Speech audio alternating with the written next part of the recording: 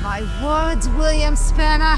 I shall return. I shall strike thee down! This wouldn't have anything to do with that suicide that was down the street now, would it? Maybe it seemed too ritualistic for suicide. We cover politics and development, not sidewalk tragedies. You still thinking about the jumper? There's something about her, about all of this. Do you believe in witchcraft? I don't know what to believe, but I'm ready to find out. So you've seen a spiral. The initiation must begin when the veil is thinnest. Let it out! I bind you, Cecilia Valmore. I sever your reach.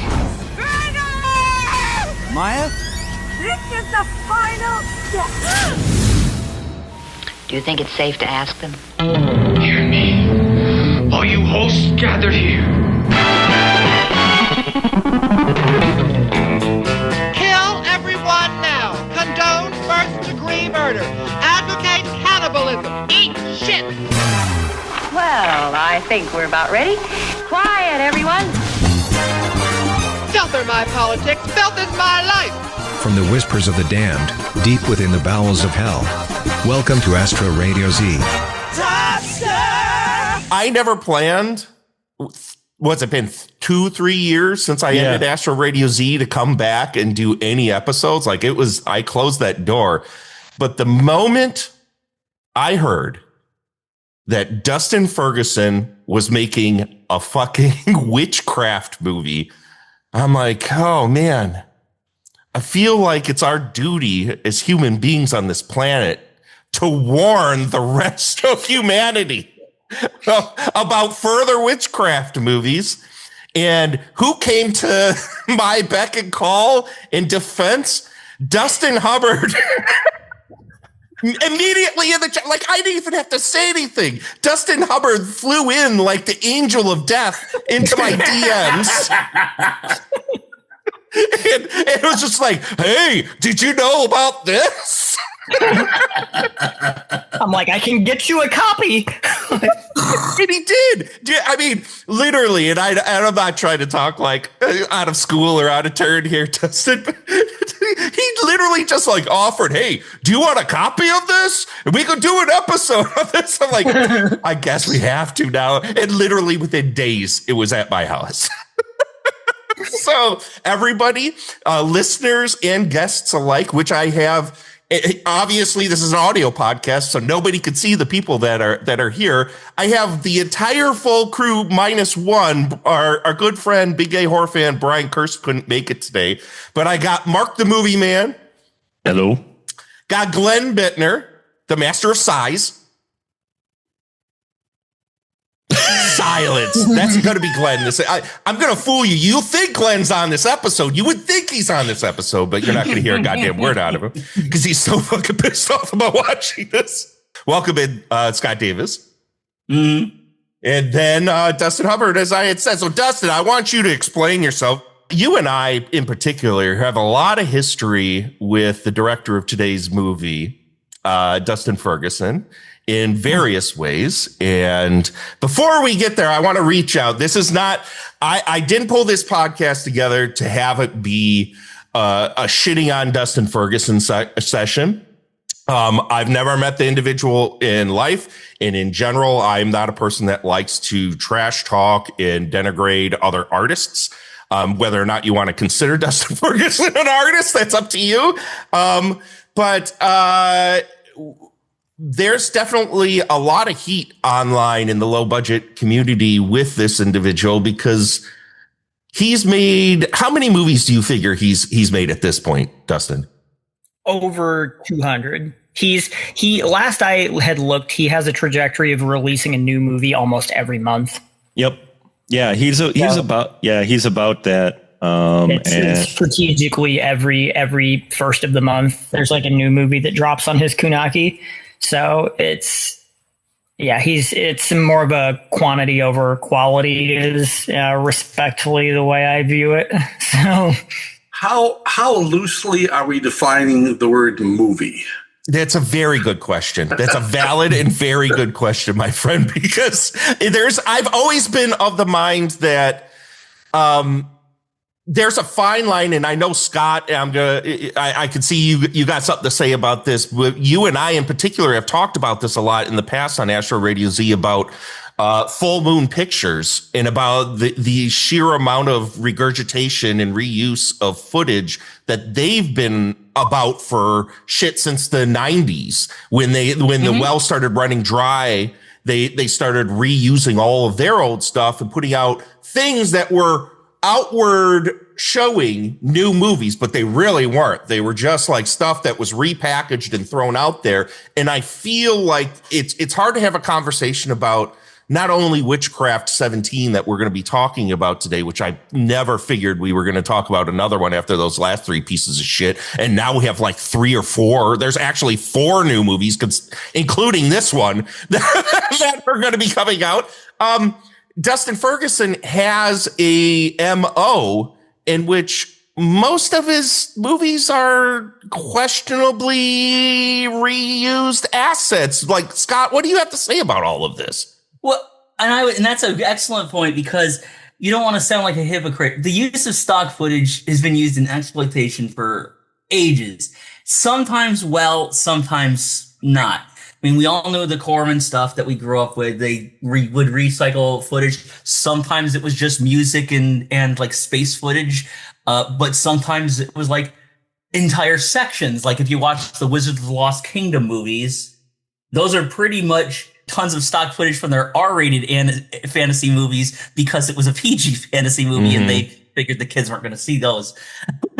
And so you've got all this stuff, but I think there was also a sense of actually trying to take the footage and make it, even with Charles Band, and when Charles Band would do it, we've talked about this, like on our Puppet Master show, when we did The Legacy, I think was the one that really used a lot of them. Yeah, that was like a clip show, essentially. Yeah, that was like a clip show, yeah. I mean, we said, this was Charles Band working at his most desperate, and it's his worst. When they really just need to get something out there just to have some kind of money to come in so that they can keep going, they'll do something like that. And if they can't afford a new production, and it sucks. But at least there's some attempt to make it all string together. There's some attempt to make it all make sense. There's some attempt that, and it's meant like to kind of at least not just pad, although it's definitely there for that. For sure. It's not just there, but it's not just there to pad, but it also, you can be taken along with it. You don't feel like you're being jerked around necessarily. It'll try to make it entertaining in some way, because what good is an exploitation film if it bores you? That's not what exploitation is. Exploitation is boom, boom, boom, boom, boom. And this ain't boom, boom, boom, boom, boom. It's maybe boom, boom, boom in the toilet bowl and down the fucking drain. But I agree with you. Like, Mark, how familiar are you with Dustin Ferguson's Over? I've seen quite a bit of however you want to say that. I'm sorry. Having covered the indie films now for 15 years, and focused on that area a lot more, yeah, you couldn't help but run across Dustin Ferguson movies. You just do.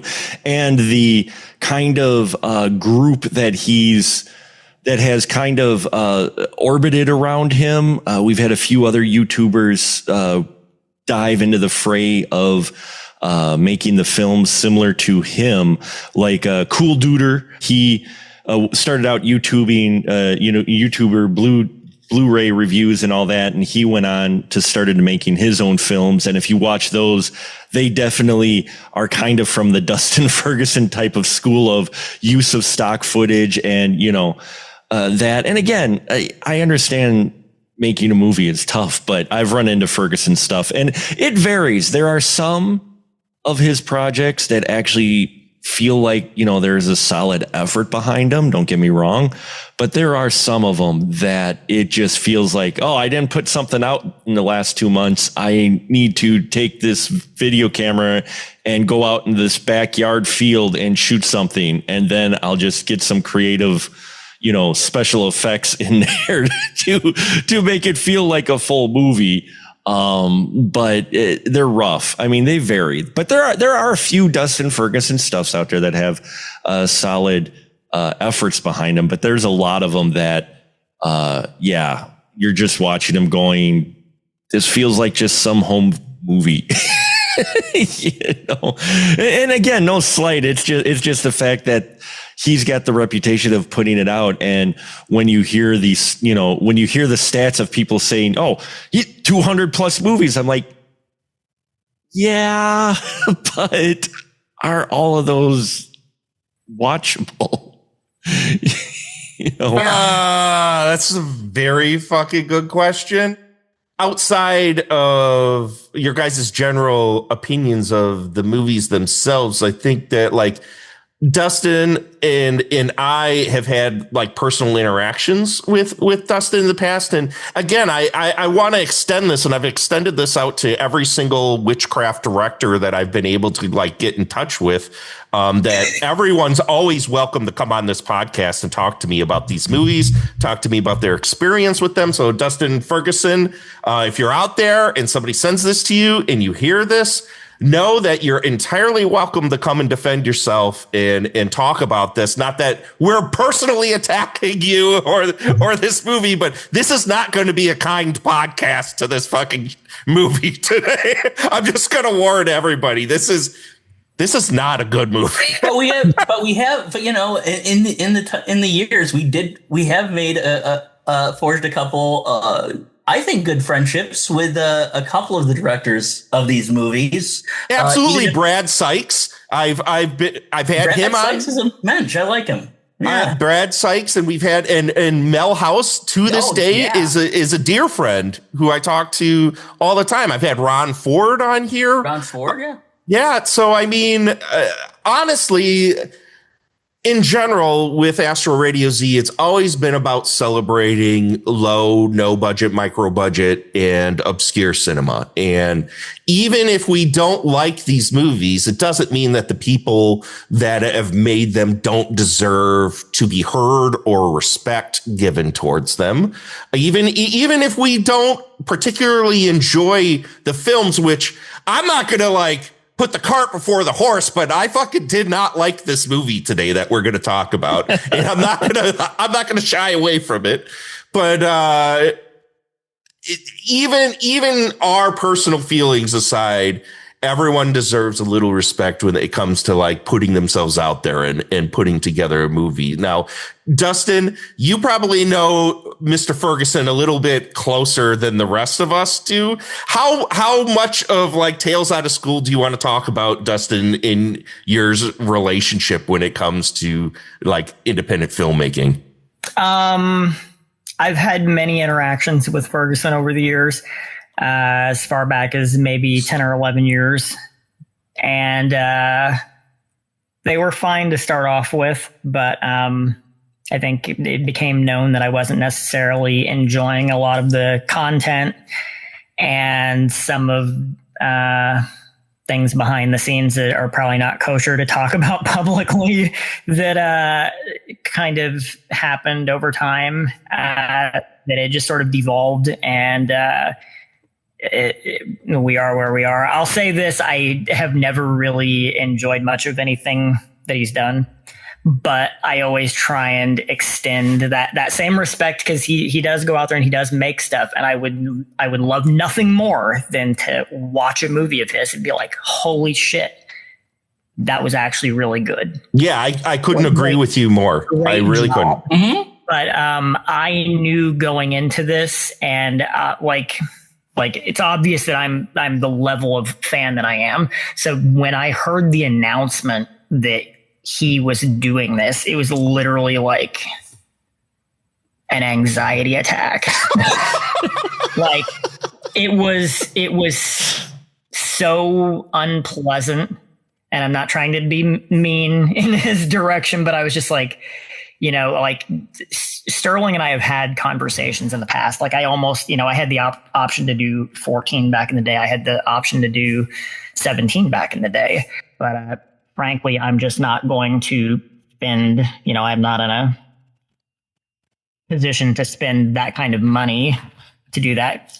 I kind of wanted to talk to you about this because you know this better than just about everyone else. I have cursory knowledge because my friend Jason Paul Collum, who I've professionally been involved with for a long time, has now made 2 Witchcraft sequels in the last couple weeks that will be coming out soon.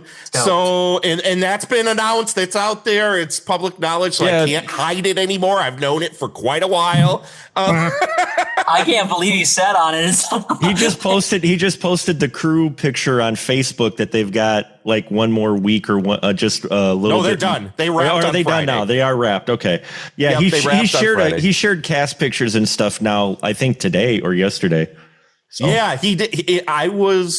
There was an honest attempt to get me in the movie. Like I was booked this last Wednesday and I couldn't make it happen. It was all last minute kind of stuff to be a detective in the movie, and it just fell through. And he's still. Man, you could have been the new Garner.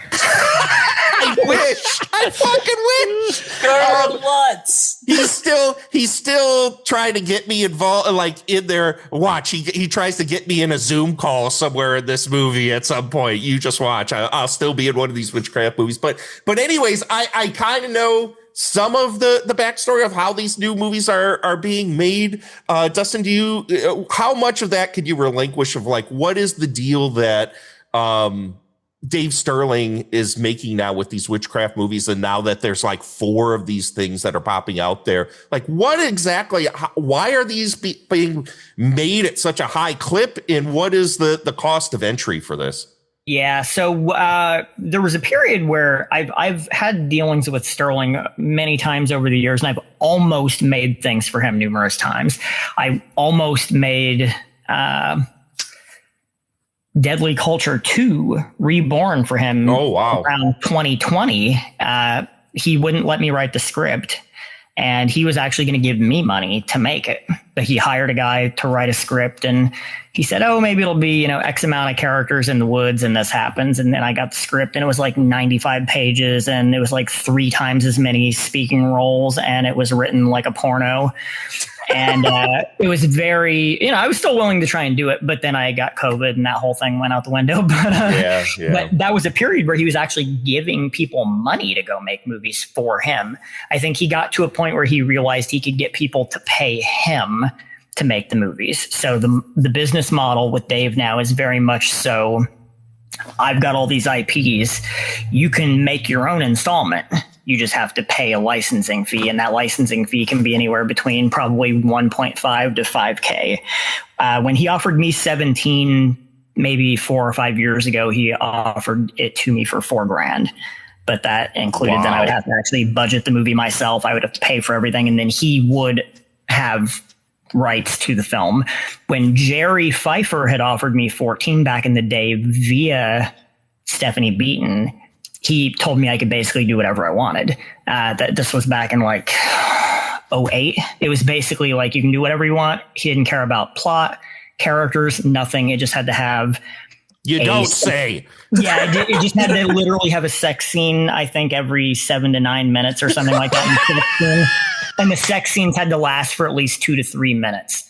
But then again, I would have to pay for it. And I would have to give him the movie on a silver platter, and he would own it and profit off of it.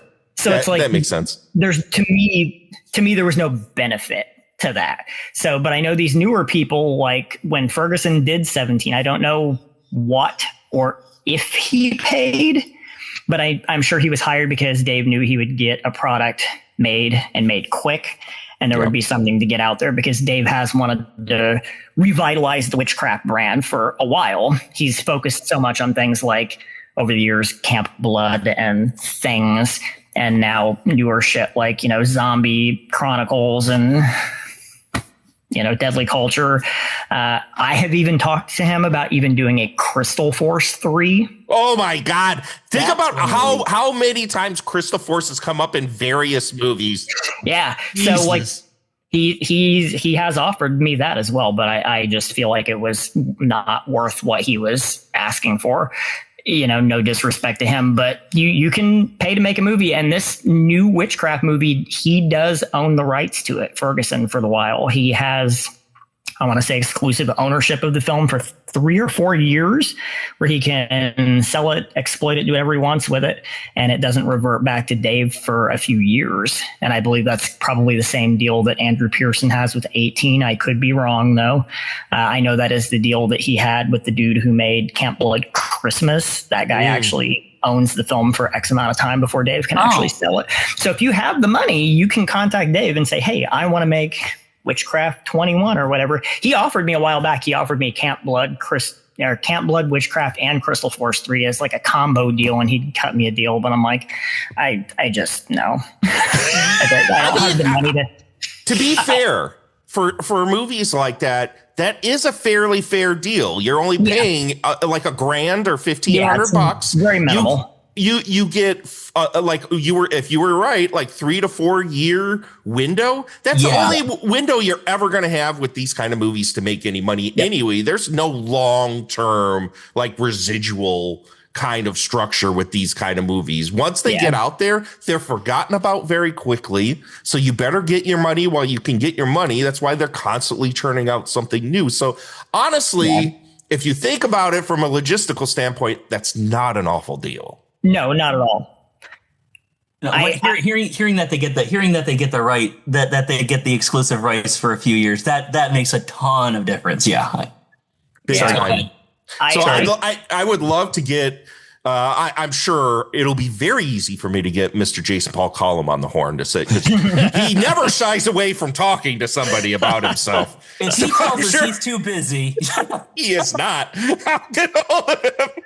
At least hearing that Jason was doing 2 of them, I was like, I can live with that. I can jive with it. I don't have an issue with that. So because genuinely looking forward to them. Yeah, I have genuinely enjoyed a lot of Jason's films, so I'm not stressed. No, I would be. Jason is such a kind-hearted individual, goes to this stuff with such a good perspective and a good background in this. In his movies, while they may not, and this isn't me trash talking Jay in any way. As I said, I've known the guy for a really long time. His movies may not always be consistently amazing. They always have heart.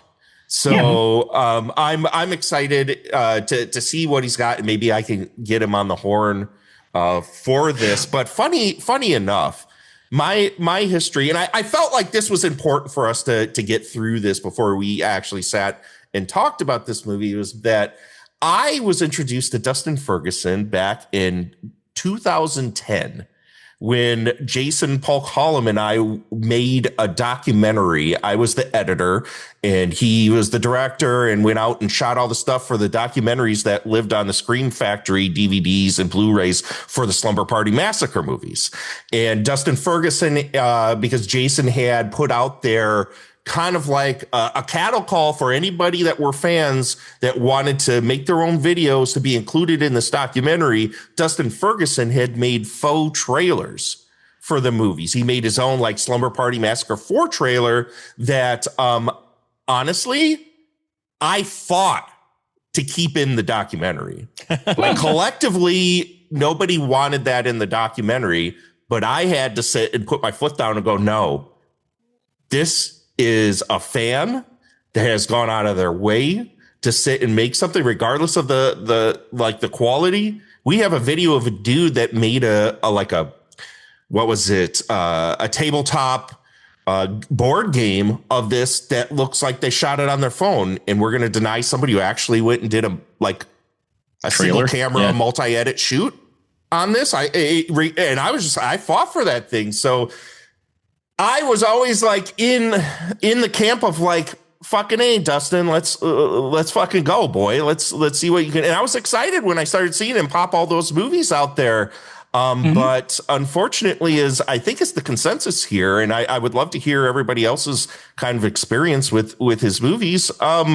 They unfortunately fall way short in ways that I've always been disappointed with other kind of exploitation schlockmeisters, that it doesn't just feel exploitive. It feels almost predatory in a way to like sell a product to people and not tell them that there's not really much of a new movie here and that it's mostly stock footage and that all the movies have like 10 to 13 minutes of end credits.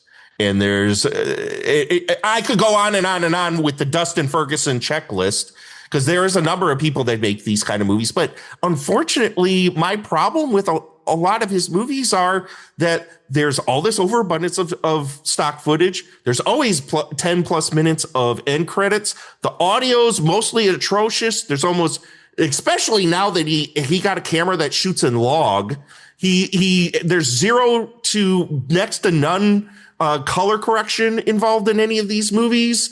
And he's just grabbing IPs that are in the public domain and then just spitting out like sequels to these movies that really kind of don't have much to do with anything. That's the aesthetic. And I just, for me, it just makes me question, like, why even bother other than you're just trying to bait and switch and hook and swindle audiences out of their money. It feels gross. Even from a standpoint of we're all big exploitation fans on this panel. Am I incorrect about that? No, I came across this. I haven't seen a ton of his movies. Like, I mean, well, I've seen like about 5 or 6, which would be considered a lot with most people, but when you have more than 200, you know, but I really wanted to like these films. I really wanted to like these films because I was even connected to Ferguson a little while on Facebook. I don't know the person. I haven't had much dealings with him, and I'm not going to say anything about him personally. I don't know. But he presented this attitude in like his posts and when he would talk about going on location and stuff and what he had planned. He would present this attitude of really wanting to do indie exploitation his way. And you know what? The industry has changed so much. As Fredel and Ray says, the industry as they knew it is dead, you know, and it's a completely different animal now. And so, you know, if Ferguson's method included the weird feat of shooting, you know, 2, 3, 4 movies in one day, which he does. He'll like shoot footage for like several movies in a day, apparently, and get everybody together. And that's why a lot of the cast people show up in other movies, which is smart. But like, I'm like, okay, so if that's part of his deal, who am I to say? Whatever. Right. But then the films come off lazy. They come off half-cocked. And even like you said, use the word predatory. I would put in my notes cynical in how little it gives the viewer, how it like says like, oh no, we're not. And you know, exploitation movies, they never were able to promise everything that was on the poster. That was understood. But we know you're going to try and give us something. That's what we expect. And instead, what we didn't get, I had as one of the similar movies that I watched was, and this might be one of his very, very early ones for all I know. I don't know. But he did, you were talking about sequels to IPs that are in the public domain or are available. He did a sequel to a 70s movie called Track of the Moon Beast. Probably most people know that because it was on Mystery Science Theater 3000. And he does use long stretches of stock footage for no apparent reason from that movie, and then just uses like POV shots and people like looking shocked, and that's the whole movie. And I just left it and thinking, who's not going to come off and think that was disappointing? Who's not going to come off and think, hey, I was expecting something else. I was expecting something more. The films come off as boring, and this is my experience with them. I kind of hate doing this because as much as, yes, you get a few good zingers in there, I don't want to get on somebody who's in the indie exploitation game. I want that to succeed. But his films come off as boring. They come off as incomprehensible. And I honestly never I never really got the impression that he cared enough. I mean, I'm not saying he doesn't.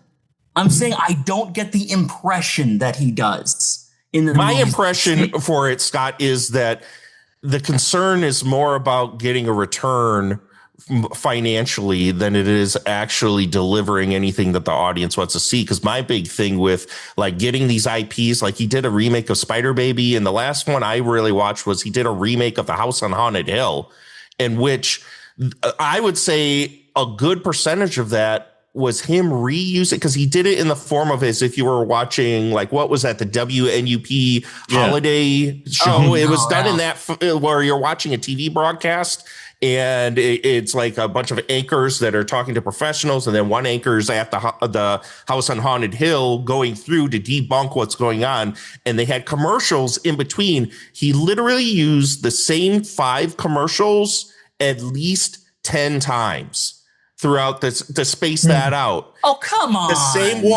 same ones in the middle. And to me, I was just like, so you're obviously trying to like appeal to the people that love these movies and these IPs, but in what way are those people going to be satisfied? Or do you not care about that because you already have their money? You're jerking them around. I don't like it. And there's always been a little bit of that. You know, Dave Friedman was a carny, and he viewed the business as the same way. And he's had harsh things to say. Herschel Gordon Lewis had things to say. Even Charles Band is like often referred to his films as product. I mean, but they gave you something, you know, they gave you something. And, you know, even if they had nothing, and I really get I just get, you know, there's a lot of things that go around these days with AI going around. And I don't know if Dustin has used Ferguson, sorry, don't want to confuse with you, but my good buddy. I don't know if Ferguson has used AI or if he has any plans to. I want to say yes. Oh, absolutely. Yes. You know it's coming. I don't know his opinions on it. I don't even know. Absolutely. Well, I don't know his opinions on it. AI music is absolutely in the House on Haunted Hill and on the end credits, 100%. Oh boy. You hear a term getting tossed around with a lot of the stuff with AI that gets AI slop. These films, the way it's just constantly churned out, and they don't really offer anything. They're not comprehensible. They don't really resemble a movie. They don't offer anything in terms of entertainment. It comes off as slop, whether it's AI or not. Well, Scott, he's got, if you guys follow him on Facebook, if you've seen him on Facebook, he has a new animated movie that he's putting together that's entirely, and I mean entirely, AI. This is not okay. And here's my thing: is I was going to ask if he had done anything with this, but because I did not know, it does not surprise me. This seems like the type. This is what you would get when you hear people complain about it. This is it: low effort prompts. How can I get the most out there with the least amount of effort? And the thing is that, yeah, these movies that we've all grown up with, they often looked like shit. Sometimes they were shit when they finished them. A lot of times, you know, and they didn't have much to work with, and they were all just trying to make a buck. But I mean, they broke their backs trying to put out something, you know. People came up in the industry by really working on these businesses, and the ways that they could really perform on bigger productions was because they had broken their backs on these earlier productions, right?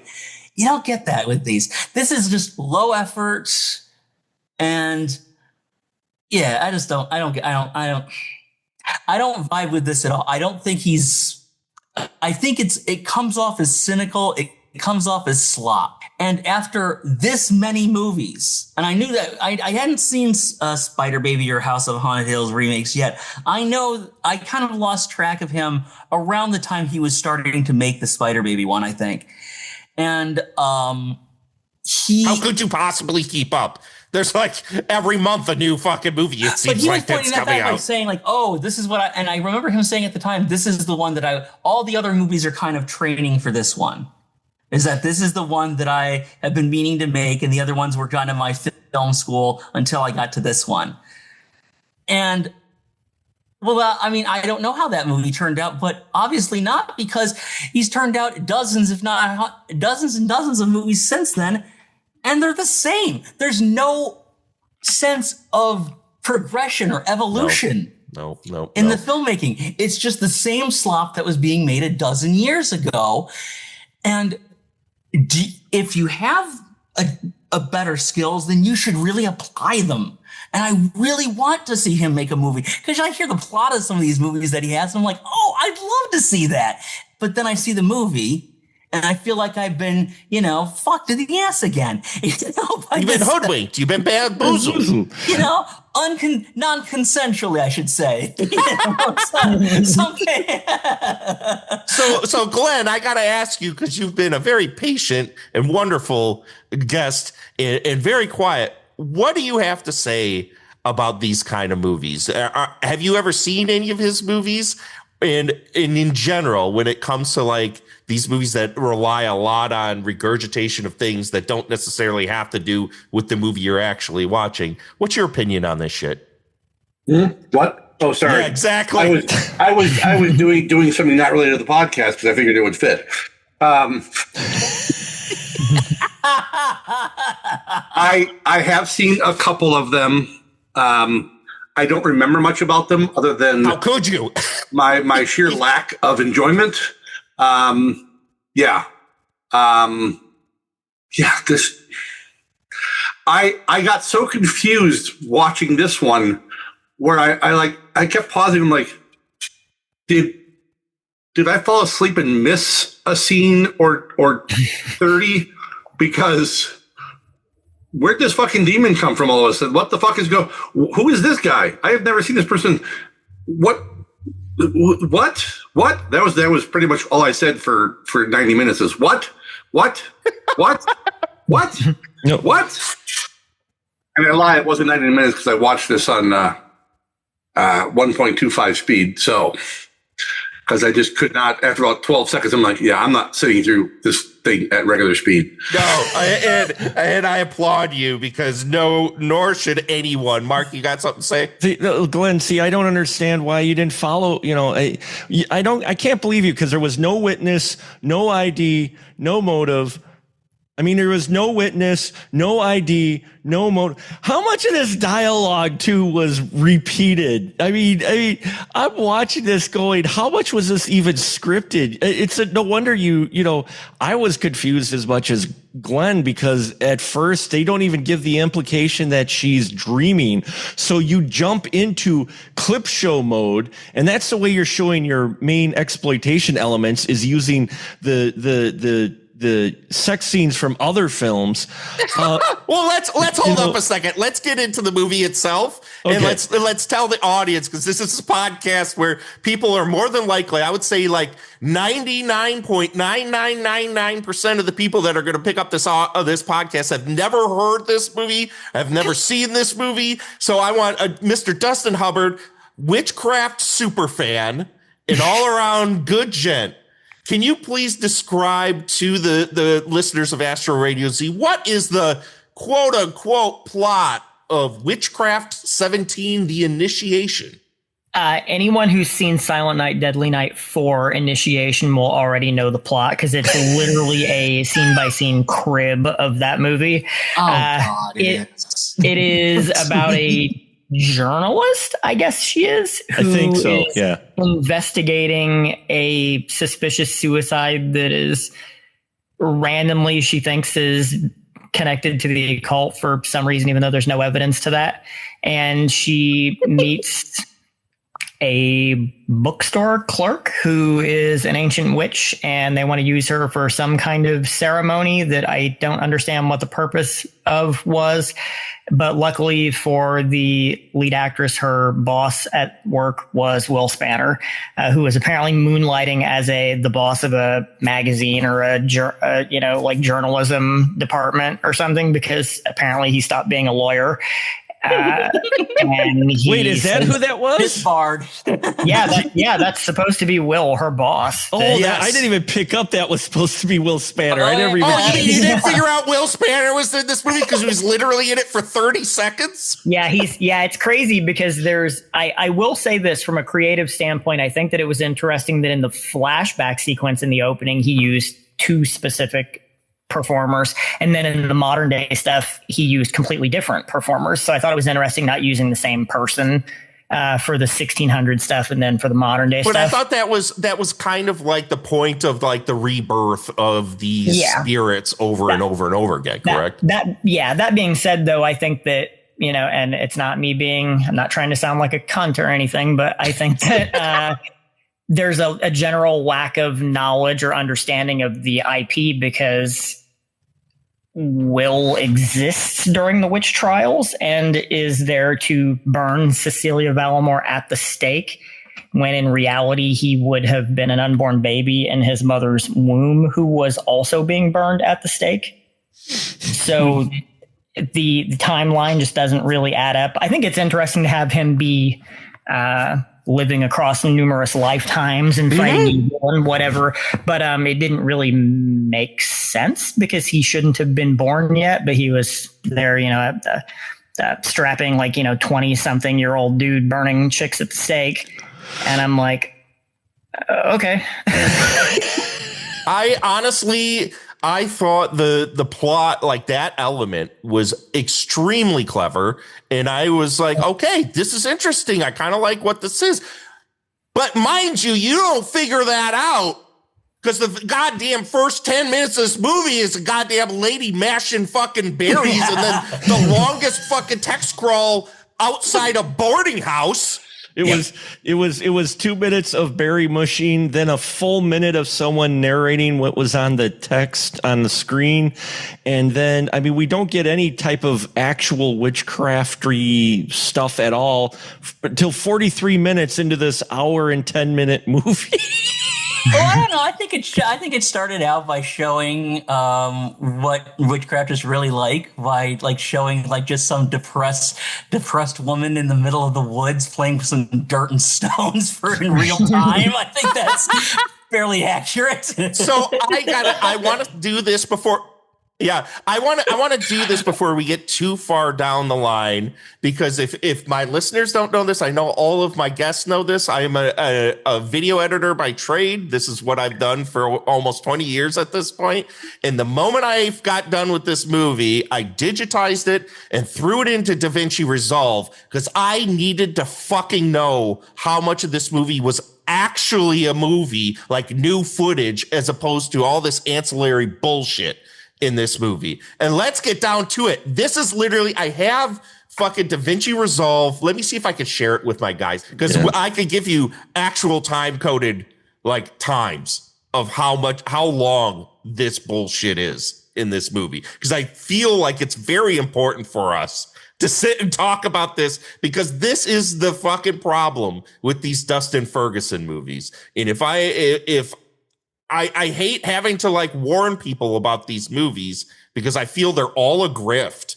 So I have my timeline set up in a way that the first chunk of stuff is all of the new footage. Now, if you look up in the corner here, right here on my timeline, if you can see my cursor, this is how much new footage is actually in this fucking movie. 40 minutes, 2 seconds, 6 frames. When we get over here, the opening text crawl, we come up here, 2 minutes, 59 seconds, and 20 frames is the fucking opening text crawl that literally describes the very next scene in the movie, which is the ancient fucking, the two people, the woman at the stake that's getting burned.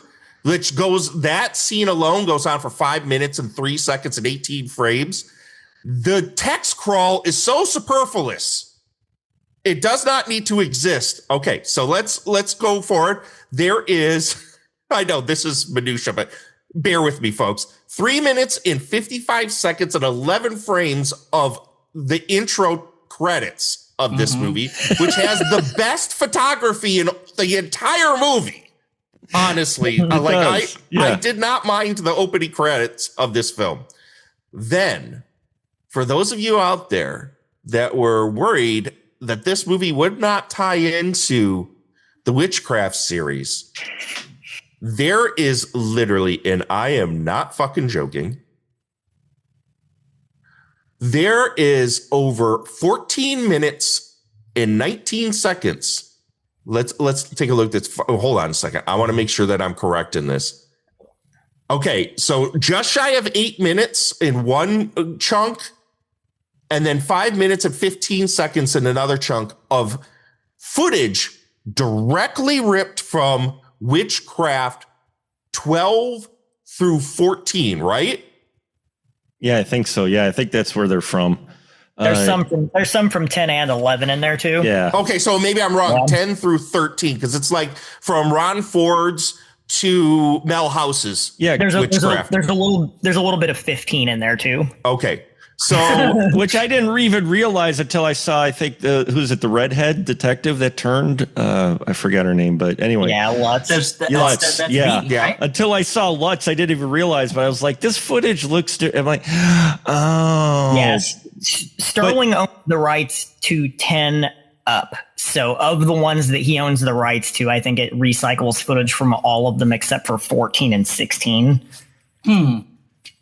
Well, 16, they could only show a yoga studio. So, I mean, that's fair. So to round this exercise out, where I'm basically telling you exactly what this movie is comprised of.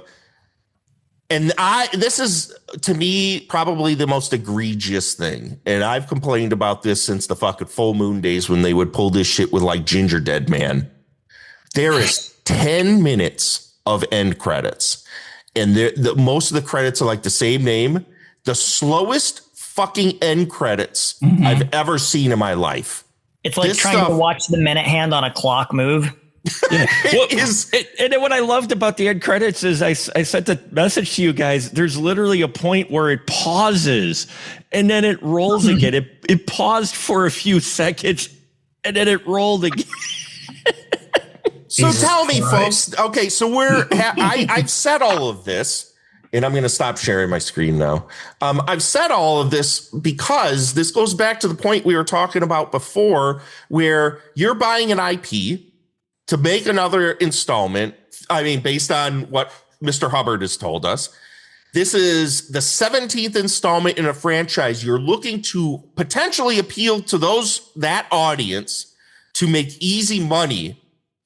And you're trying to sell an hour and 10-minute long movie, but there is nothing in it. You have 40 minutes of a movie.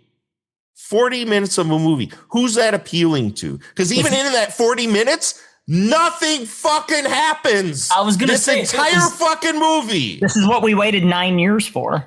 I was going to say, if it was, 40 minutes of new stuff, we would begrudgingly do it. Like, for instance, I'm somebody who hates Silent Night, Deadly Night 2 because of all the stock footage. Some people love it because with the new footage that they do have is so bonkers. Yeah, that's true. That they kind of embrace it. We didn't get anything with that. I think the only new real action in it is that weird fight with the guy and the plastic knife or whatever, right? Or whatever. Towards the end. Yeah. And so I think that's the only, otherwise it's just like kind of like people like hanging out in the park. Well, and our main character hanging out in a bathtub that's got like an inch of water in it, but lots of suds. And we use the same shot twice in that. Dude, all of the footage from the old Witchcraft movies are literally padding, because not only are they edited terribly and they make no sense in context of what's going on in this movie, they're dream sequences that don't need to fucking be there because they add nothing. They don't. She's getting visions of what? She's just fucking shitty Witchcraft movies. Am I supposed to be thinking that she's getting a specific warning of a demon, or she's getting warnings from Will Spanner? Yeah, she does.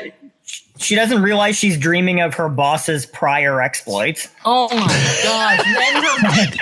Her boss. Yeah, promise keeper Will Spanner. There, it's from this movie. What was funny watching those behind the scenes too is like I'm watching going, okay, you got witchcraft clips.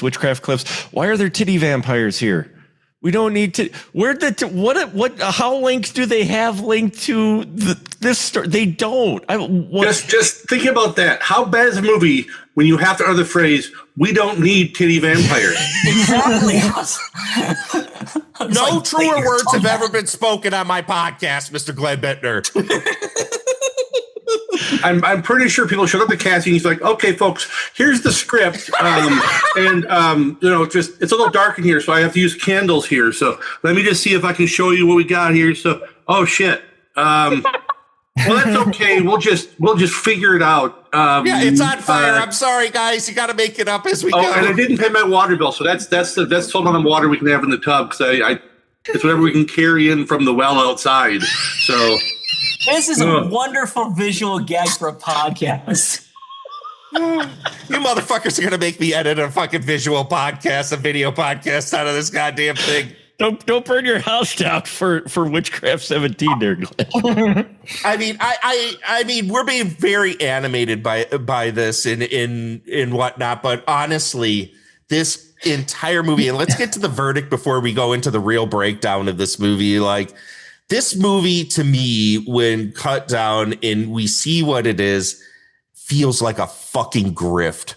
Like this, there is literally no reason for this to exist. It adds nothing to the fucking franchise. And that's shocking for me to say, because who gave a fuck about that before? But given that this was about 17, you'd think it would try to appeal to something. But there's literally, I walked away with this, this movie could have been a trailer, and that was it. This could have been an email.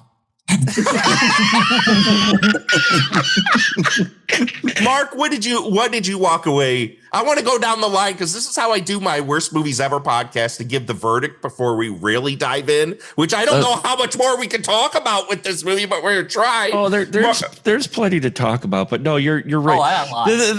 The thing is, no offense to anyone who's made a witchcraft movie, mad props to you for making a movie, but there isn't exactly a high bar.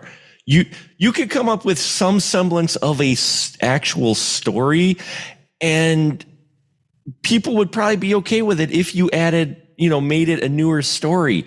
This went below that bar. I mean, we had that one, the last one, I made a joke, but we talked about it. Check out the last Astro Radio Z episode on it.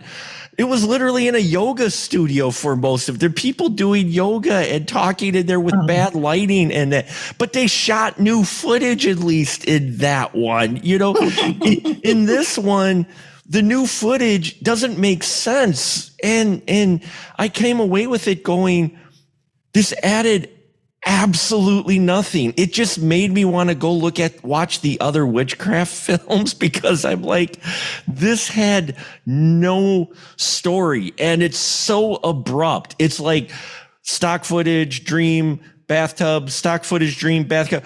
Oh, look, we have something happen at the very end. And you're like, where did this come from? And then credits. And then you're just like, you're like, what?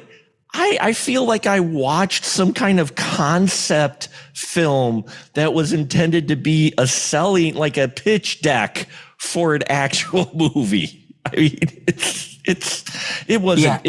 I mean, there's not a high bar, but yeah, Puppet Master Legacy was seemingly more coherent than this one. And I felt bad because I'm watching this going, there's some elements in here, and it just left me going, there was literally no point to this. This isn't even really a witchcraft film. This doesn't add anything at all, or even enhance the existing. It does nothing here. And what's sad is the Ferguson earlier stuff, I think, has far more effort, it feels, put into it than the later stuff. After a while, it just feels like these are just product, and this is a product. This is not a film. Mr. Davis, You said something horrible, made you want to watch the other Witchcraft movies. I mean, just think about what that does to us. I mean, you just drastically insulted Mr. Dustin Hubbard. You might have to apologize. No, I didn't. Because he does rewatch the entire series every year. Think about this. We watched. Now we have. I think that this movie is a really good way of. And I want to apologize to everybody out there who's been listening to these episodes so far, because you've heard us from the beginning talk about these witchcraft movies, good and bad. And boy, do we ever let it out. And how could they get worse than this? And they always do. And let me tell you something. By using the stock footage from those previous movies, all randomly put together, no rhyme or reason. Yep. In the middle of this film, to show us what this filmmaker's talent, what their ambitions are. The other movies shine in comparison with this stuff. And these are bad movies. And yet they shine in comparison with this movie. Because at least there's some, I get that there's some attempt to at least give me a coherent story, or to give me something to hang on to, or to just entertain me with some sex and violence, which is really not hard. It's all these movies are supposed to fucking do, But no, all you get is this talk, and you said it was a grift, Derek. I think that's a perfect way to put it. I think it's a grift. Just awful. The most entertaining thing in this movie, by far, is her office. Is the main protagonist's office at the newspaper. Office? You mean the fucking tin shack? Yes! I had to double take because I was like, what the fuck are we looking at? Why are they in a tin killer shack? That's what I made a note of. I'm like, what kind of news office is it? I first thought it was going to be a detective office or a news office. And I'm like, what warehouse did they shoot this in? Oh my! That's obviously the Hillbilly Herald. Take it from somebody with a journalism degree, man. The industry has had it rough, but not this rough. But I'm looking at this. I'm like, excuse me. Wait, what's her office? She's got corrugated steel and these giant power outlets to plug in construction equipment. You look at the other shot, you can tell, oh, they're outside, and those are stone walls. This is clearly I don't know what it was, at some construction site or warehouse. It had to be a abandoned warehouse, because I think it's the same warehouse they used for the roof suicide shot later. I think it's the exact same location. It was just on the outside. And and you can tell it's an abandoned warehouse. They don't even dress it. She's in this corner and stuff I'm like, I have a better office than you, lady. Scott, it made me wish for the fucking bounce board constructed fucking precinct of goddamn 14 through 16 that were literally made off a fucking white bounce board. I love those. I miss those. Really lost. I really lost it when I saw her office. I just lost it. I'm like that, that was the most entertaining part of the movie for me. Because I laughed for a good 3 or 4 minutes. God, it was so stupid, Mr. Glenn Bittner. Your overall verdict and thought of this fucking travesty? S I G. He's having a tough time here. H sigh. What an explanation point. He's so exhausted he can't even actually audibly sigh.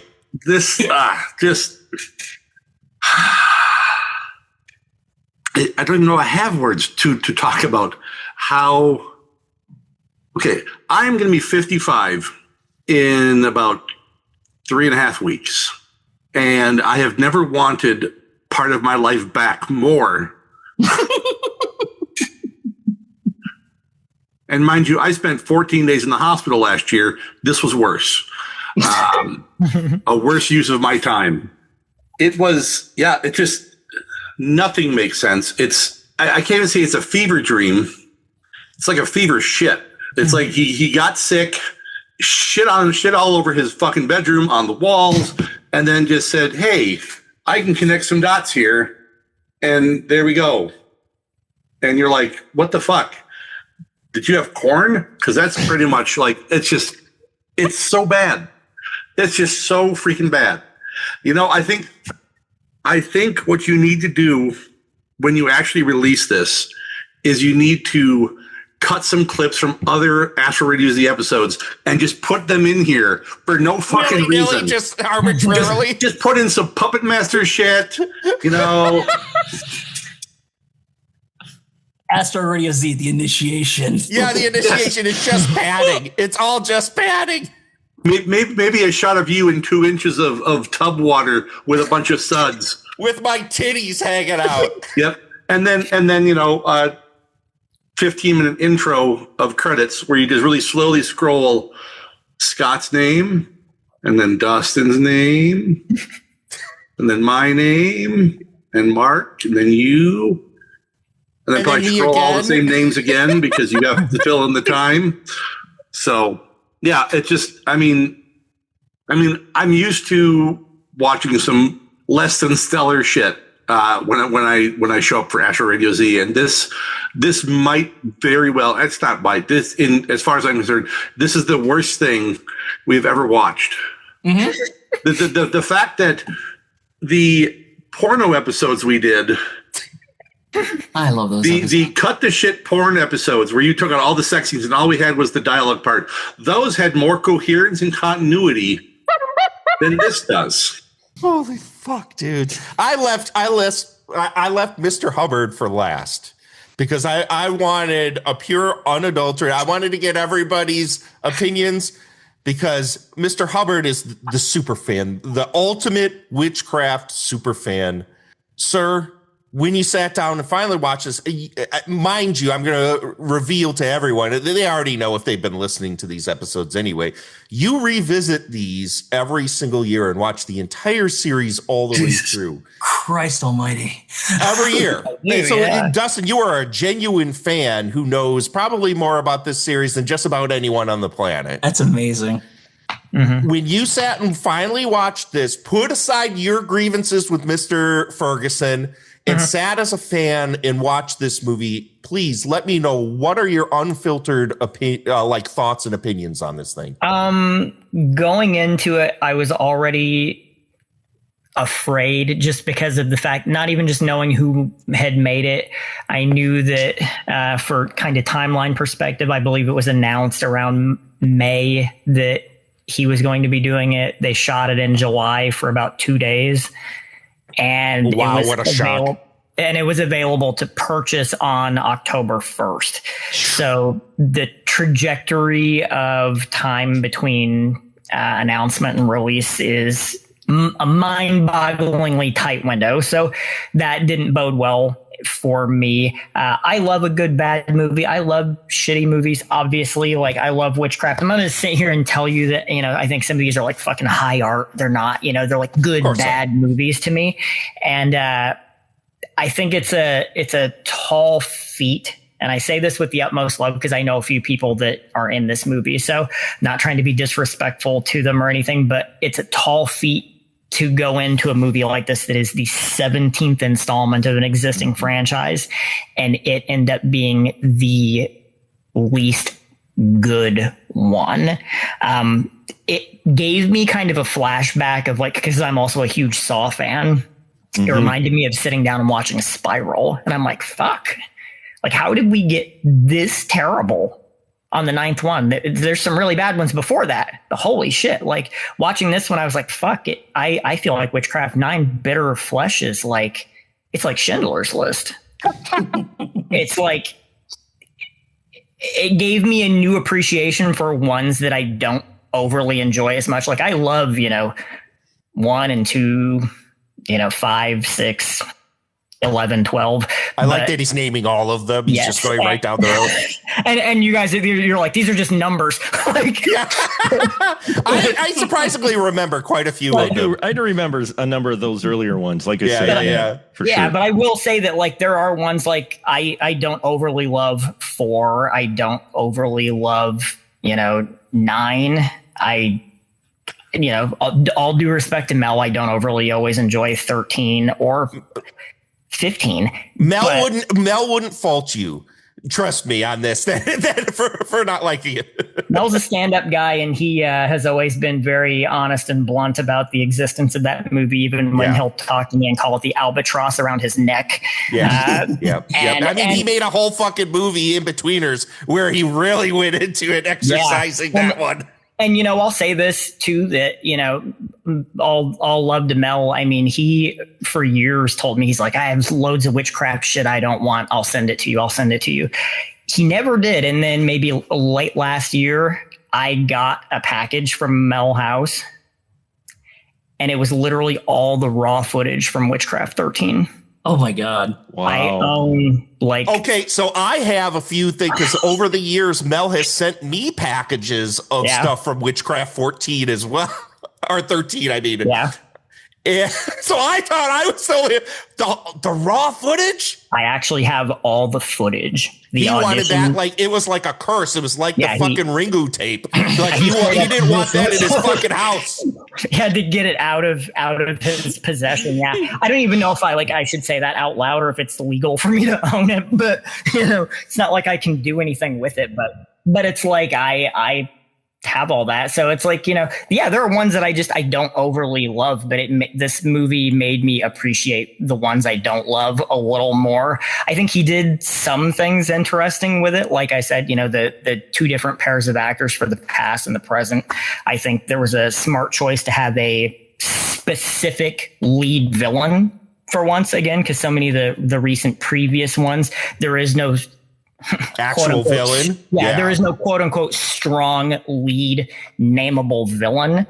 And he came right out of the gate stating, you know, Cecilia Vallamore was the villain. But I think at the same time that Will is, you know, a nothing character in this movie. And it just cribs way too much on trying to be Silent Night, Deadly Night 4 instead of its own unique thing. And that really hinders its existence as a watchable film. So it's the one I enjoy the least of the I think that's fair. That's entirely fair.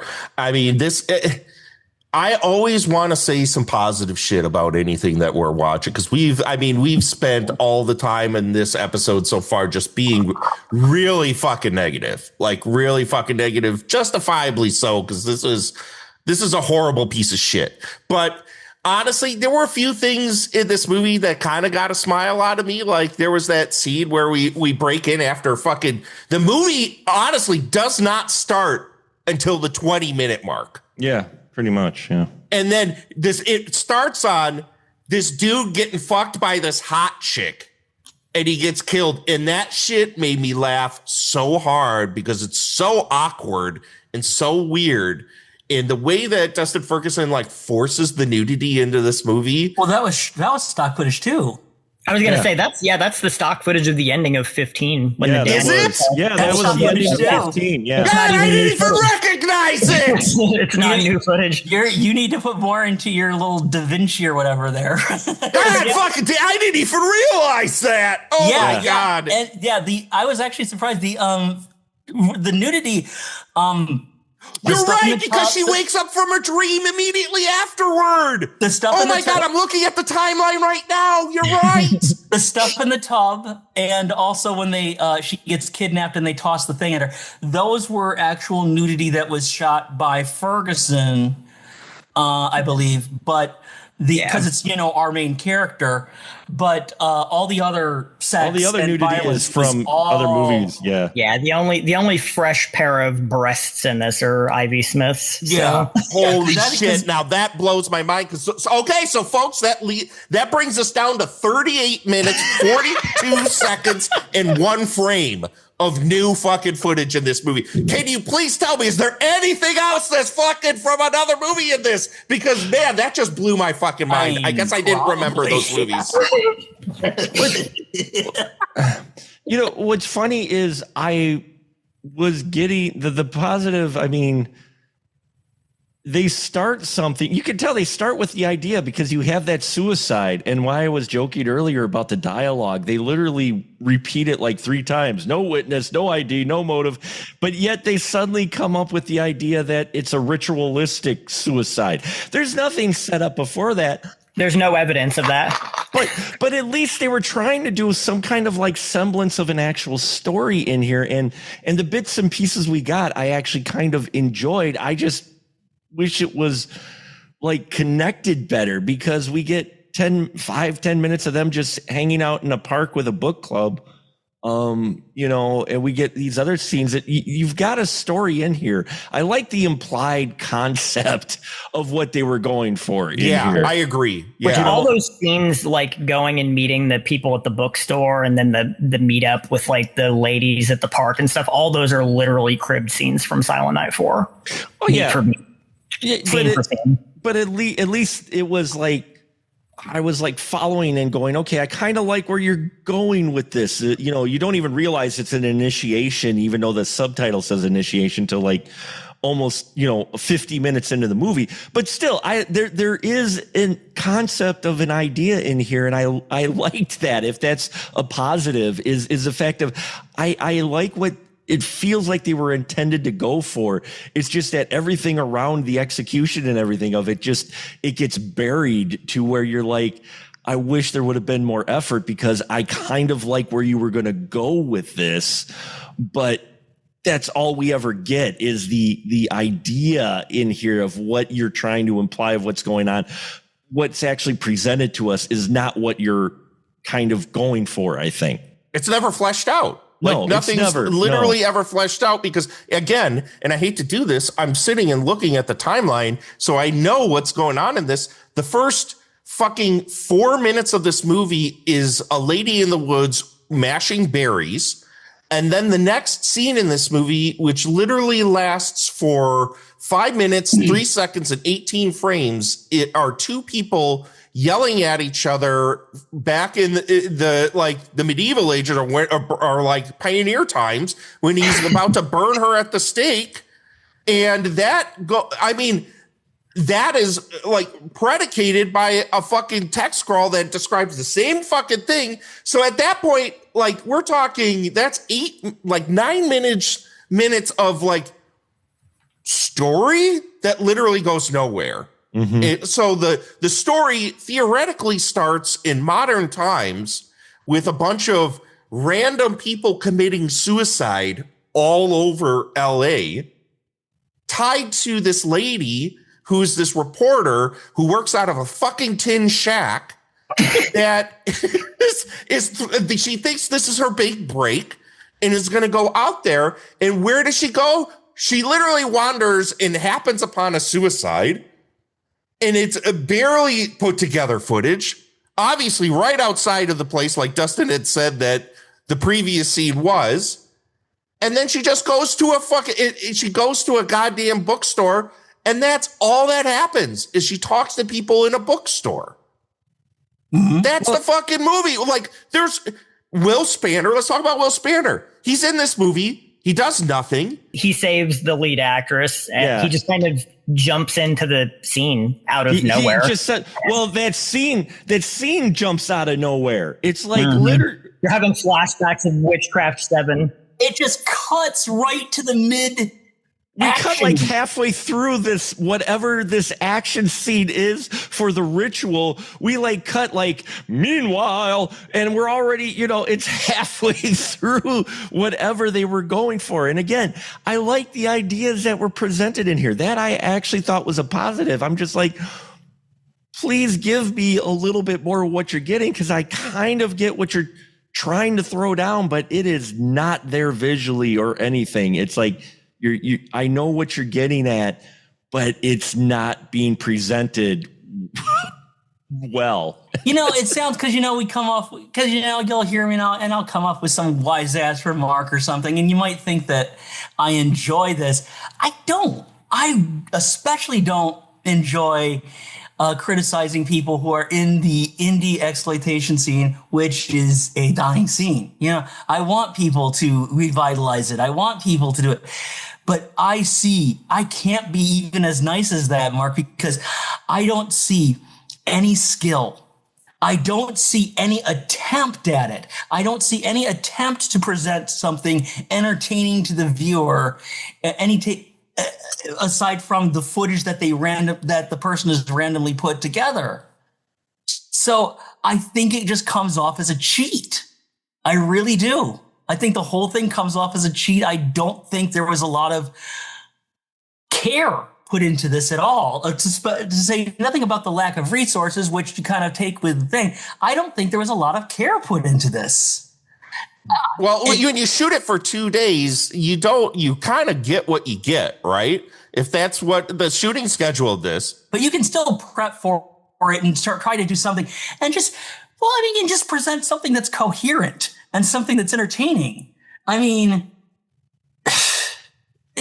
what this is, it really is just a grift, like you were saying, because half the movie is stock footage and the half that is new doesn't really have any coherence or any bearing on anything else. It happens. It flies by so quickly that you're kind of left wondering. Well, my big thing was like over halfway through it, I'm like, is this going anywhere? No. Like, is anything really going to happen in this movie? And it doesn't happen. I mean, please correct me if I'm wrong, guys.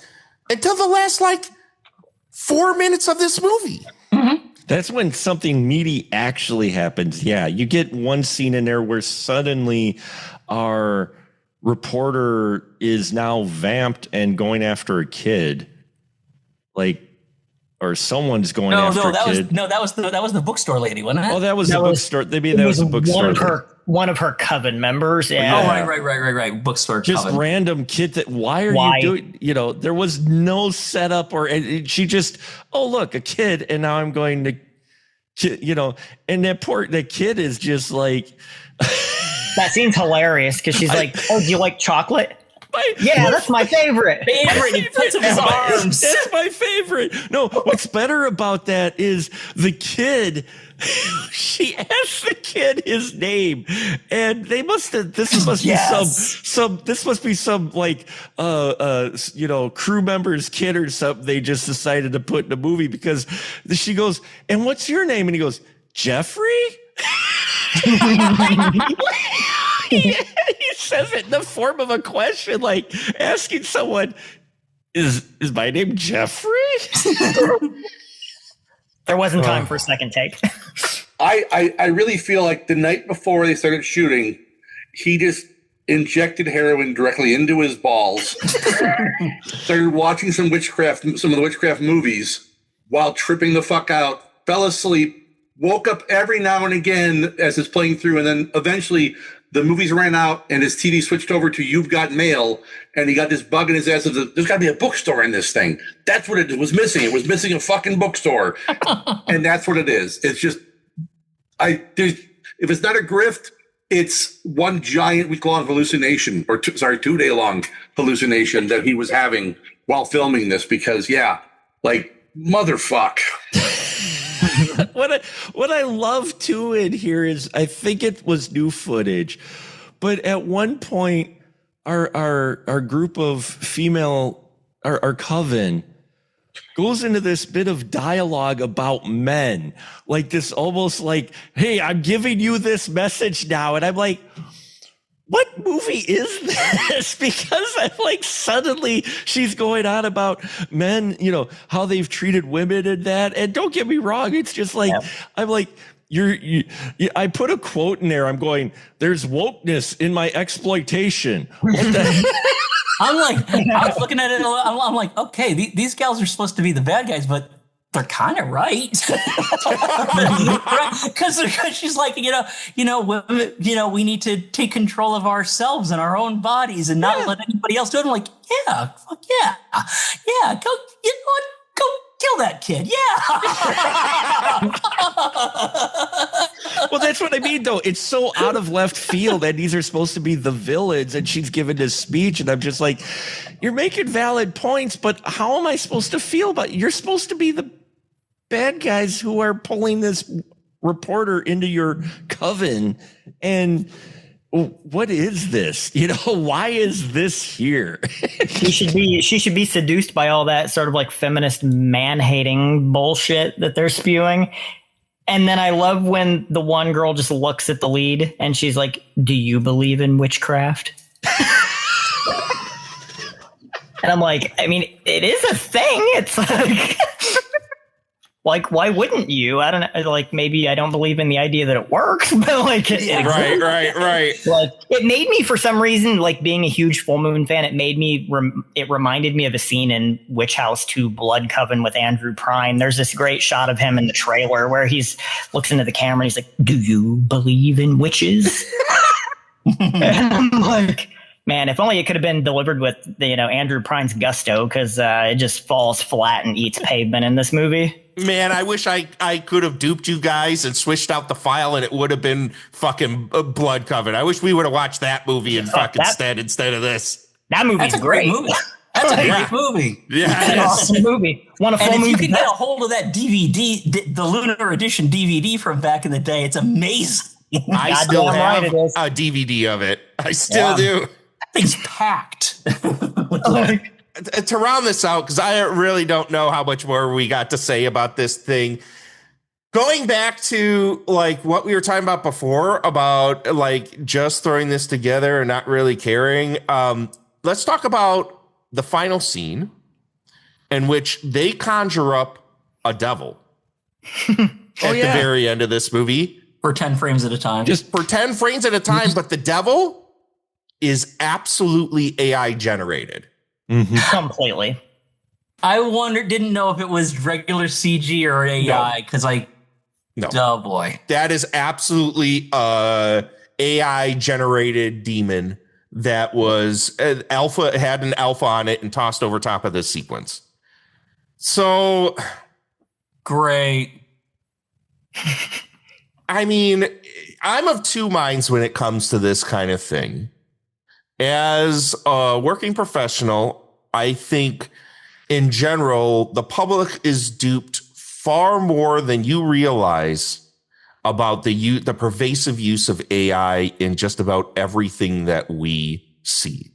Mm-hmm. I think there's a lot of grandstanding out there that, we are staunchly against the use of generative AI in all content, and especially across social media.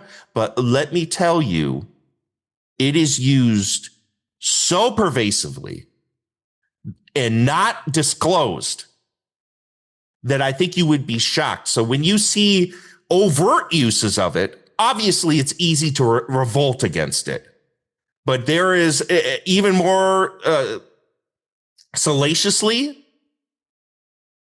use of it in most commercials, across script writing, across idea generation. It is disgusting how much use of generative AI there is out there in our entertainment at this point, that I'm almost to the point now where let's push aside the moral problems with the environmental shit that we're going through because of data centers that are being thrown out there. Obviously, there are negative effects for the use of this technology. I think we can all agree to that point, correct?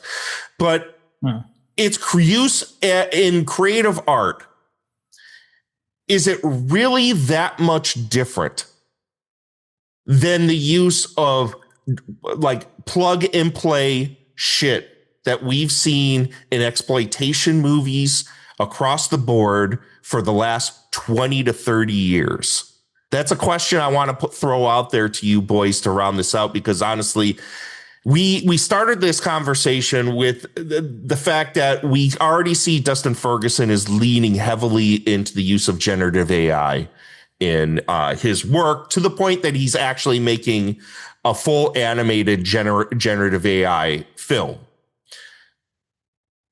Do you feel, and this is a much broader conversation, obviously, that goes past Dustin Ferguson, do you feel this is any different than using stock like CGI effects that have been thrown into shitty movies for the last 30 years? I'll start with Mark. What are your feelings on this?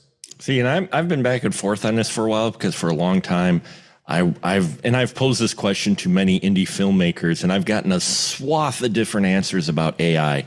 And I myself, I'm like, it isn't too much different. The more I think about it, the more I think about, well, this really isn't too much different from someone going out, getting stock footage, using some stock animated thing. You know, I mean, I think the entity itself, I don't think is a bad thing. I think it's a handy tool. I've talked to a filmmaker now who's made 2 shorts that were made completely from AI.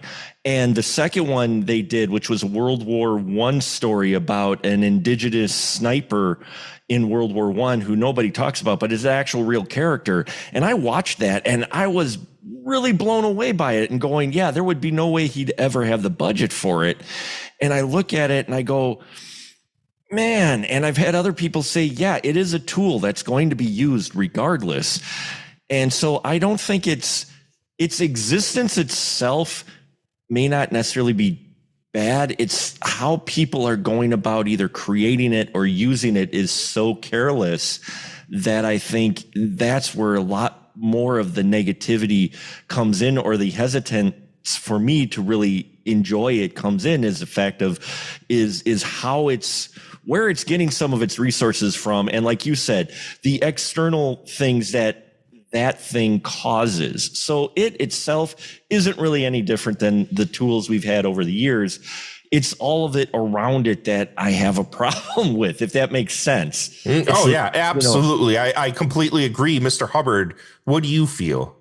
I personally don't have direct issues with AI. I feel like it's something that no matter what, we're going to have to deal with it and it's never going to go away. I think it's just a matter of how it's used and that it is not taking jobs away from people. And, you know, back to Full Moon, I can say that like I've helped produce a lot of their current stuff, and they had a release just recently called Models versus Werewolves, and it does use AI. But it didn't take anyone's job. There were still creature performers on set wearing werewolf costumes. There was still actual on-set gore. They still have the people working in post and special effects. So it's not taking anyone's jobs at Full Moon. So I don't really have an issue with them using it, but I feel like it's something that should be controlled in moderation with filmmakers, because if you the problem is you shouldn't be letting it do the job for you, because then there is no actual art or creativity. And, you know, to kind of bring it back to Witchcraft, I mean, you get to that moment finally in the climax and you've got this AI monster, and that's a scene that's mirrored in many previous Witchcraft installments, and maybe with really poor effects, like the Hassa gorilla bat thing at the end of 7, or the Abaddon demon at the end of 11, or Malleus, the snake dude at the end of 12. Yeah. Like, stuff like that's been executed in better ways. Maybe not always great, but there's something there on set. And even if it looks silly, like the gorilla bat thing at the end of 7, it's something cool on set that people are interacting with. When you just rely on your big reveal being a big sort of AI slop, you know, goober kind of floating in the sky, and it's insulting, honestly. Because it just feels like at the end of the day, there was no real effort to try and have any kind of a banger ending. And you just relied on the tech to do it for you. And I think moments like that are when it is going to become a real problem with filmmakers and filmmaking. I just don't think it should be doing the jobs of the real artists. I think it's okay to use it. Just don't let it control everything. Yeah, we're to a point, being somebody that's been asked to explore and use generative AI in projects. We are still at a point where there's a jumping of the cliff moment just about to happen, because there are many companies out there attempting to create full AI editing suites that agencies or filmmakers that aren't proficient in editing could just throw all their footage in, and it's just going to get to the good bits. You can put in a script. It'll sit and read that script. And if you log with metadata the correct scenes and all the right sequential order, it will just toss an assembly cut together for you. And it's getting rid of like assistant editor work at this point for the most part. But there is going to be a point where there's especially for filmmakers that just don't want to like go through the hassle of having an editor at all, that it is going to take that job. We're getting closer. But the difference is the human touch, is that the computer at this point still isn't recognizing certain beats and certain patterns and certain ways that stories come together. It only knows what it's fed, correct? So there's a bit of that where you can tell when something is tossed through there. And also, having said that, to round it back to the Witchcraft movie here, that why we even brought this up is that there is still an awful lot of manual touching that has to happen in generation of these assets and putting it together. It doesn't just automatically make this stuff. You have to sit and work at it to get it to look decent or for it to generate anything worth using, unless you're just someone who don't give a fuck and just go make demon. And then whatever it brings up, that's what you use. But if you're looking to make anything that's worthwhile, it takes time. Yeah. And it takes a lot of trial and error. And because it's such a, I don't mean to go down a rabbit hole here, but there's such a subscription, like almost like Chatterbait style payment method at this, for the lack of a better term, where you have to, each time you generate something, you take coins out. Like subscriptions are for a certain amount of coins you get to use every month to generate these videos or generate these photos or generate whatever. That it's like, eventually this is not going to be useful for low budget filmmakers. See, I can make one more AI witchcraft themed point too, because as a few of you probably know, a few months back, all of my social media was nuked because Instagram and Facebook, all of the moderation is AI now. Yep. There are no human moderators anymore. And one issue I constantly had with my Witchcraft fan page was that the AI chatbots and the AI moderation shit did not like some of the images on that page, because they're saucier, like erotic looking images of the covers. Nothing inappropriate, no nudity, nothing exploitive. But that page had started to get dinged so many times. And then literally on tax day, I remember April 15th, all my social media vanished because the AI chatbots flagged shit and they completely just deleted everything. And there's no human to talk to. And they just let the AI run all those sites now.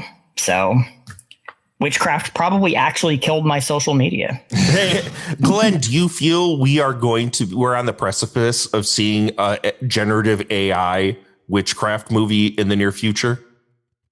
A Witchcraft book? Absolutely. Yeah. I mean, especially when you have people that are just out for the quick buck. They just want that dollar. And if they can do it without if they can eliminate some, if not all of their actors, they can eliminate their editors, they can eliminate their composers for music. You can eliminate all of that. I mean, then you can have just some dude in his basement in his underwear cranking out fucking Witchcraft 46 through 50 in a weekend. Slopcraft. What's shocking to me, and you brought this up with what you just said, is the idea that all scores are going to eventually like become AI generated music scores. And Spotify over this last week finally decided to put a foot in the sand and say, hey, we're eliminating AI generated content across the board on our platform, even though they are the main culprits of pushing out actual artists for AI artists and reaping the benefits of the streams for pushing out those actual artists with their fucking slop that has been making more money than any of the artists on their platform. They're only doing it because they fucking got caught. And all of the artists are speaking up about it. Scotty D, I'm going to round this out to you and we're going to end this conversation because I feel like this final bit of the conversation ties into the kind of, I don't want to say insidious, but kind of like we keep saying grift nature of like these Dustin Ferguson movies where we feel like we're being had, like we're watching something beyond what we normally would want to watch. And there's nothing really like of value here. When it comes down to it, this new avenue of exploitation filmmaking, the AI generated film, which now I'm not going to watch it, but we know that it's coming down the pike from Mr. Dustin Ferguson. To round this out, Scotty D, what are your thoughts about exploitation film going this route? It's probably not as informed or as eloquent as the rest of you, because I haven't had to use it yet. I'm not in the industry. What I've noticed is that, and I'll give an example because Dustin, you mentioned Full Moon using it something. I think they did a movie. Was it Quadrant, where they entered the dream world? Yes, Quadrant was one of the very first ones where they started to really lean into AI. Charles Band was and to his credit, Charles Band was very upfront, and he said, "Hey, we tried using AI in this movie. This is where we used it, and this is how we used it." Yep. And in this instance, anyway, I can't speak for the others. I haven't seen them yet. This instance, it was to create kind of like this miasma of nightmare imagery that was supposed to look completely unnatural and everything. Mm-hmm. And it actually worked with this film really well, I thought, honestly. I'm like, okay, that is actually a really practical use of something that you might not have been able to figure out in another way. I have no problem with AI as first, we need to work out the environmental thing. That is crucial, of course. AI as a tool, it's a new technology, and there are a lot of fields where it's going to be of great use. There are applications in science and medicine that never even get talked about that are incredible for AI. It's going to allow us to discover more about the world thing. My problem is that it's not getting used to that. What's really getting pushed for, and not just in film and everything you come across in, is okay, good. It's often saying, great, now I don't have to hire people. Mm-hmm. Now I don't have to pay people. Now I can get rid of this portion of my workforce. Now I can do this. And it becomes that. And yes, we've had CGI. But these people, what do you call CGI? You call them digital artists, because because you can't just say Wolverine fights so and so. No, they had to actually put into animatics together and really work how that works. Work with the editing, work with the special effects, work with all that, and all of that works. Now, of course, we're talking about $100 million movie compared to $100 movie here, but I see it getting used the same way. And a lot of people, especially independent filmmakers, a lot of people have trouble with the collaborative element of filmmaking. Filmmaking is a collaborative effort. It's not just the director. For always say the director gets all the blame. Let's face it. Of course. Always does. Did it in this case, always will. If somebody goes to see that Odyssey movie and doesn't like it, it's going to be Christopher Nolan's fault. That's to let you know when we're recording this, folks. But I loved that movie, by the way. But go ahead. I'm sure it's going to be great. Yeah. But it's a collaborative effort. You listen to your editors, you listen to your writing team, you listen to your producer, and you work together. And hopefully, if someone doesn't take too much of an attitude, you can come up with a real good effort. AI kind of takes that away. AI says, you can do it. You can do it yourself. Go ahead. And it's what it encourages. It doesn't have to be used that way, but it certainly encourages it. It encourages the filmmaker to say, I don't need an editor. I can use this to edit. Oh, I don't need to listen to their story points. I can do this. And which is why you have all these things that are going to be all bloated, and they're going to be 3 hours long when they should be 80 minutes, and they're going to, because you're not listening because AI is taking away that voice and that's saying, hey, what if we tried doing it this way instead? Hey, wouldn't it be better to just look at it this way? It's getting rid of a lot of those outside voices, and it's getting rid of a lot of jobs. That is my main, and of course, the environmental impact. That is my main problem with AI these days. AI is here. It's a new technology. It's here to stay. It's how we're going to use it. The problem is that how it is being pushed to be used is in all the wrong ways and all the wrong reasons. I think there is a way to make it work. The way Ferguson is doing with this, and the way where major studios are going, it's not that. It's not that. It has to be a more collaborative, creative endeavor. Otherwise, you are just going to get slop. Mm-hmm. And that, I think, is a good place to end this very windy, running all over the place, fucking super negative episode about perhaps one of the worst movies we've ever watched on Astro Radio Z. And that's saying something. I agree with you, Mr. Glenn Bittner. It's still not the worst movie I've ever watched. That still is Nightmare Museum.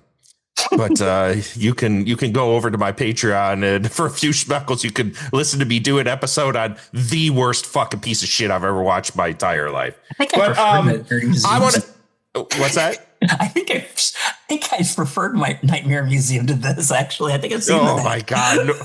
If you prefer watching Barbie dolls slapped together like they're fucking with a porno soundtrack put over top of it, then yes. Okay.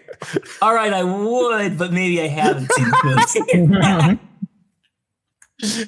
Anyways, guys, I appreciate you guys so much coming here and agreeing to continue to watch Witchcraft movies with me. I mean, we can all point at Mr. Ferguson, or not Mr. We can all point at Mr. Hubbard. I'm sorry, Dustin, and blame him. If you guys have any fucking beef, level it at Dustin. Pile it on me. I can take it.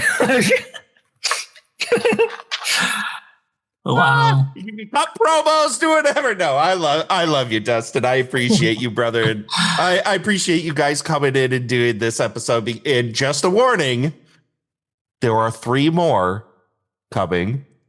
Would you, to round this out before we do any of the shilling, if there is any shilling, if anyone really gives a fuck, Dustin, would you like to guide us into what's coming next in the Witchcraft franchise, please?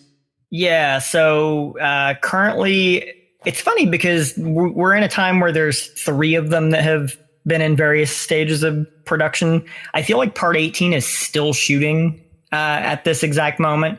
The guy who played Will in 17 is actually returning as Will in 18.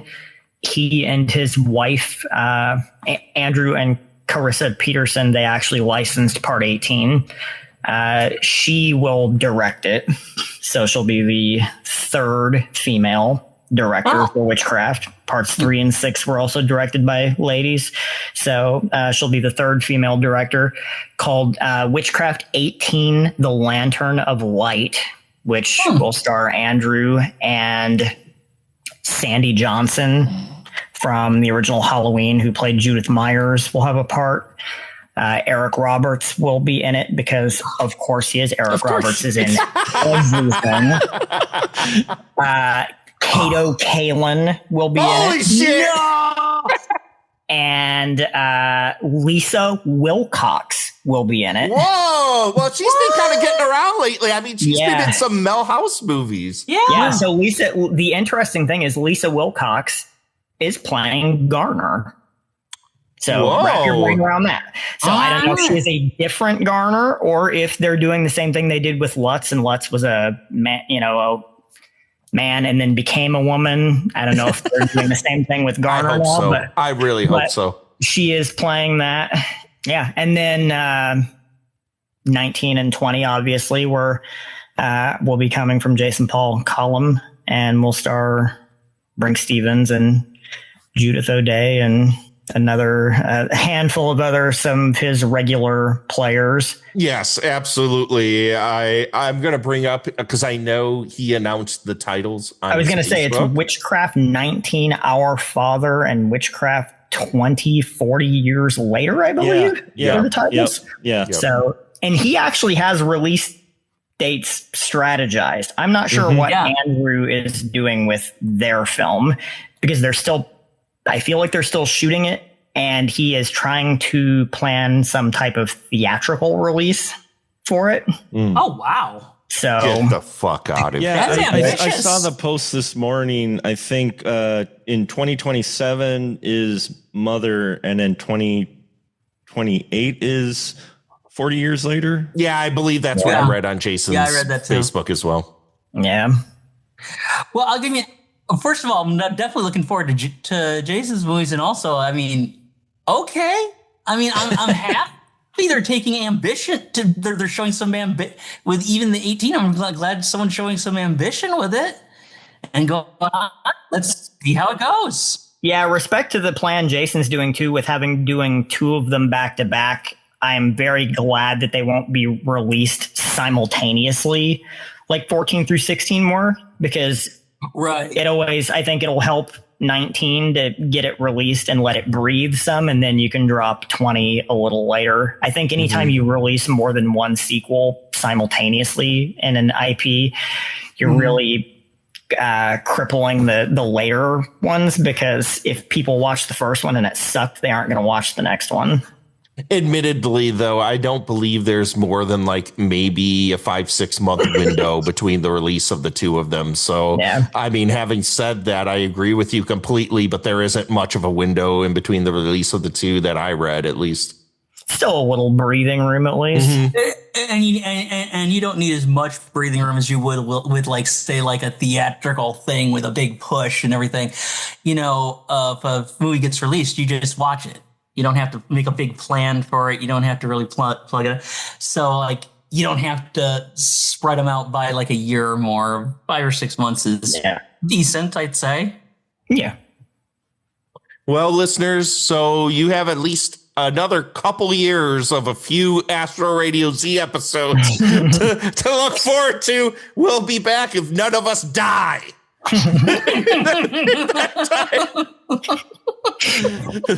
Stick with us, Glenn. I don't want you to go. I want to congratulate all of us. This podcast has 3 times the original footage as the movie we reviewed does. Oh, my fucking God. Well, again, thanks, everybody. And I'm going to say this again to round this out.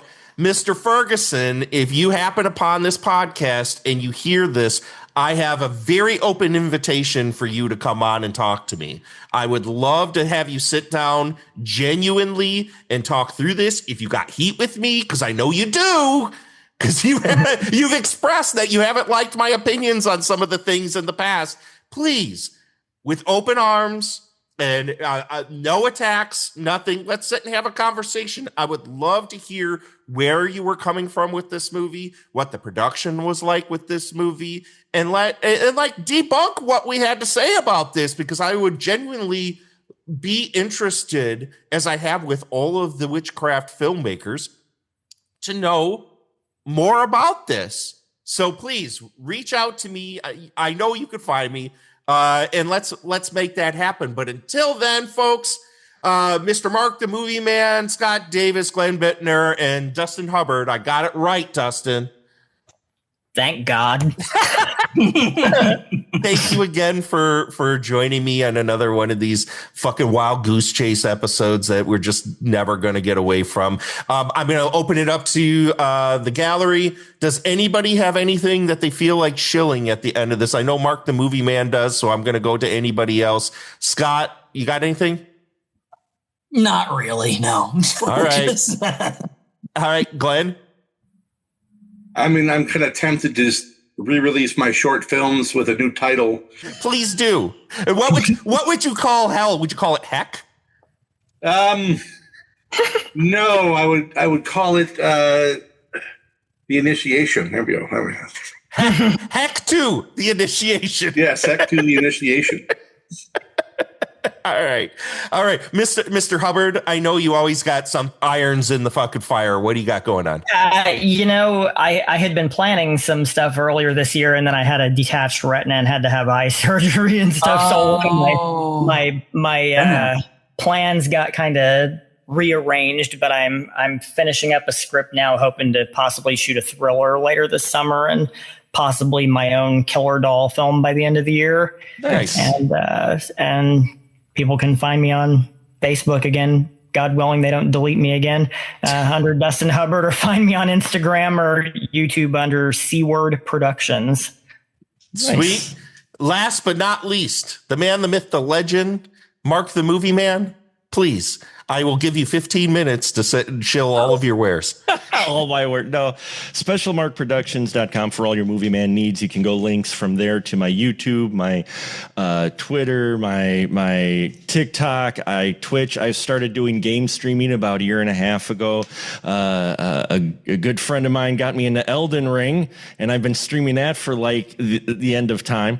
And it's been a lot of fun. So I do game streams. We do live podcasts. I do interviews, movie reviews up there. We're celebrating our 20th year. I just got done doing a streamathon, 2 days, a 20-hour fundraiser for Alzheimer's Association, and that campaign's going to continue for the next month. So there'll be more on that. And yeah, our podcast right now, we're doing Miyazaki films. So we're going to be talking Mr. Howl's Castle this week. And if you're interested, this kind of links to Mr. Dustin Hubbard in a number of ways. If you're ever curious, there is a playlist called my Twice Bake movie review series that I did on the Final Cut, in which I reviewed all the Ginger Dead movies, all the Evil Bong movies. Nice. And I called it Twice Bake, and I went all the way through Evil Bong 8 is all up there now. Awesome. And I made a playlist of that. So if you're ever interested, but yeah, Special Mark Productions is where you can go for and just branch out from there, from all the things that I continually do that my wife doesn't mind because she knows where I'm at, and that's in the basement. So all hail Jill. We love her. She's great. And I heard you had a really, really fantastic episode on House recently. That's supposed to be coming out. We did have an episode on House that played during I heard that was really, really good. It was really good because Glenn Bittner was on there, and I had a number of other 20th anniversary final cuts we did, which we'll show individually. They were played during the stream. I got to cut up the stream because I got interviews with a number of Wisconsin filmmakers and producers on there, and I want to cut them out of the 8 hours so people don't have to scrub through it. But yeah, it was a fun streamathon. I actually really enjoyed it. It was a lot of work, but we raised $500 some for the Alzheimer's Association during the 2 days. And like I said, I'm hoping to still hit my goal. But yeah, it was a really great episode on House because Glenn was there. That's good shit, man.